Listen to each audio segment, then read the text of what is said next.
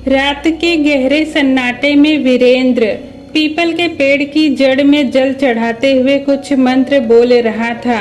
जल चढ़ाने के बाद वीरेंद्र पीछे मुड़ा और कच्चे रास्ते पर आगे बढ़ते हुए उसने अपनी कलाई में बंधा हुआ एक रक्षा सूत्र उतार कर पीछे फेंक दिया।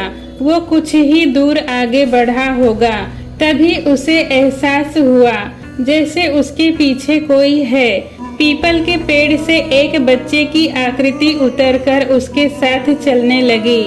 छोटा कद, काला शरीर, गहरी लाल आंखें और सिर पर एक मोटी शिखा, बड़ी ही खौफनाक आकृति थी वो।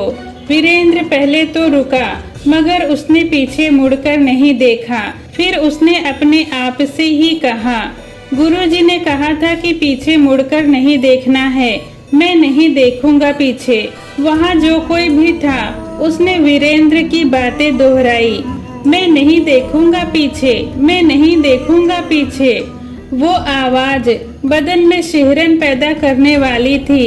वीरेंद्र बहुत डरा हुआ था और इसी डर के चलते ना चाहते हुए भी उसने पीछे देख लिया। पीछे कोई नहीं था। वीरेंद्र डरा हुआ सीधा गांव की ओर भागा, मगर इस बार वो काली परछाई वीरेंद्र के कंधे पर बैठी हुई थी, जिसका पता वीरेंद्र को भी नहीं था। मेरा नाम आकाश है और ये बात तब की है जब मेरी उम्र लगभग 25 साल की रही होगी। मैं हर बार गर्मियों की छुट्टी में अपने नाना जी के गांव चला जाता था। गांव में सिर्फ नाना और नानी रहते थे।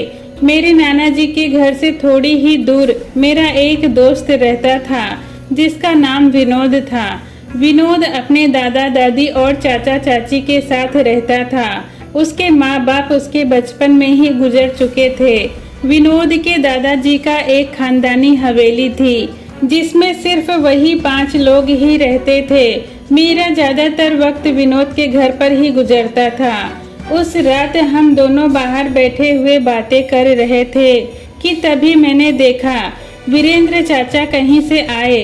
पहले तो मुझे ये बात बहुत अजीब लगी कि आखिर वो इतनी रात को कहाँ से आ रहे हैं, मगर मेरी पूछने की हिम्मत नहीं हुई। वो चुपचाप घर के अंदर घुसने ही वाले थे कि तब तक दादाजी बाहर आते हुए गुस्से में बोले, मैं सब समझ रहा हूँ कि तू क्या करने की कोशिश कर रहा है। जिस शक्ति को तू साधने की कोशिश कर रहा है वो तेरे साथ साथ इस खानदान का भी सर्वनाश कर देगी। दादाजी की बात पर वीरेंद्र चाचा भी नाराज होते हुए बोले, अपने जीते जी इस हवेली के हिस्से नहीं होने दूंगा। उसके लिए मैं जो कर सकता हूँ करूँगा। इतना बोलते हुए वीरेंद्र चाचा अंदर चले गए। मैंने सवाल भरी नजरों से विनोद की तरफ देखा। विनोद ने बात को टालने वाले अंदाज में कहा कि ये उसके घर अक्सर होता रहता है।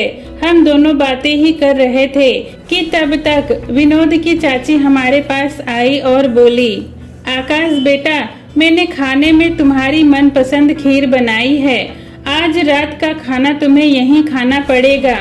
खीर मुझे बहुत पसंद थी, इसीलिए मैं उन्हें मना नहीं कर पाया। रात में मैंने और विनोद ने मजे से खीर खाई। फिर विनोद ने मुझे रात यहीं गुजारने के लिए कहा। रात ज्यादा हो चुकी थी, इसीलिए मैंने भी विनोद के घर पर ही सोने का मन बना लिया। हम दोनों हवेली के अगले हिस्से में लेट गए और बातें करते हुए सो गए।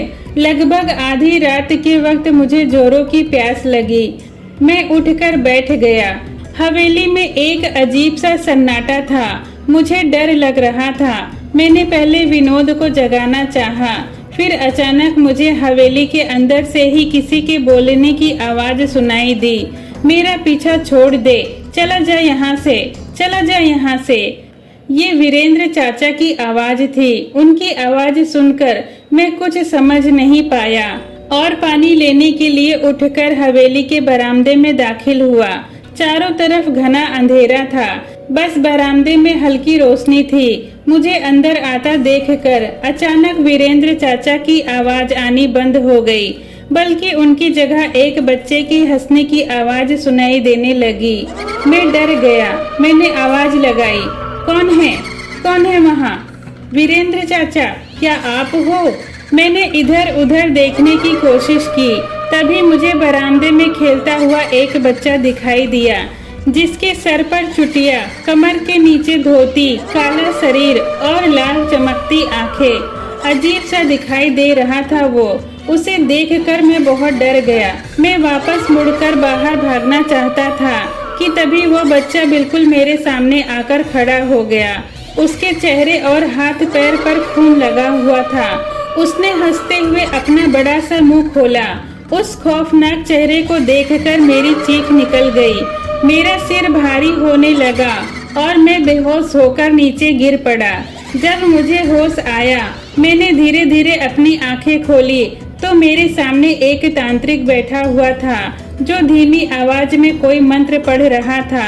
विनोद, उसके दादा दादी और चाचा चाची एक तरफ खड़े थे। अभी मैं सब कुछ समझने की कोशिश ही कर रहा था कि तभी वो तांत्रिक बोल पड़ा। इस घर में मुंजा प्रेत का वास है, मगर उसने इस बच्चे की सवारी नहीं की, किसी और के जरिए आया है। तभी विनोद के दादाजी ने चिल्लाते हुए कहा, ये सब इस नालायक का किया धरा है। वीरेंद्र चाचा चुपचाप खड़े थे। फिर दादाजी ने घबराते हुए तांत्रिक से पूछा, हमें इस प्रेत से बचा लो बाबा, नहीं तो ये अनर्थ कर देगा। इसे यहाँ से भगाने का कोई तो उपाय होगा। तांत्रिक ने अपनी आवाज गहरी करते हुए कहा, वो मुंजा प्रेत है, उसे डराया धमकाया नहीं जा सकता, किसी तरह से वश में करके उसे काबू भी नहीं किया जा सकता। एक बच्चे जितना जिद्दी होता है वो, देखने में भले ही छोटा लगे, लेकिन उसकी ताकत का अंदाजा इस बात से लगाया जा सकता है कि मुंजा हनुमान चालीसा का पाठ भी कर सकता है, किसी मंदिर में भी जा सकता है और किसी अनुष्ठान में भी बैठ सकता है। तांत्रिक ने बताया कि इसका वास वैसे तो पीपल के पेड़ पर होता है, मगर जो कोई भी इसकी साधना करता है, ये उसके साथ उसी के घर में आ जाता है और फिर उस घर में रहने वाले लोगों को उनकी 7 पुश्तों तक परेशान करता है। मुंजा के बारे में जानने के बाद भी दादाजी बार बार तांत्रिक से मदद मांग रहे थे, जिस पर तांत्रिक ने कहा, इस घर को बचाने में मैं तुम्हारी मदद करने की पूरी कोशिश करूंगा, पर पूर्ण विश्वास के साथ नहीं कह सकता कि मैं ये सब कुछ ठीक कर दूंगा। इसके बाद तांत्रिक अगले दिन आने की बात कहकर वहां से चला गया। आधी रात के वक्त ही विनोद के दादाजी ने विनोद से मुझे घर छोड़ आने के लिए कहा। रास्ते में विनोद ने मुझे बताया कि कैसे उसके चाचा ने जायदाद की लालच में मुंजा प्रेत को अपने घर में आने का न्योता दिया। अगले दिन मैंने अपने नाना जी से ये सारा किस्सा बताया।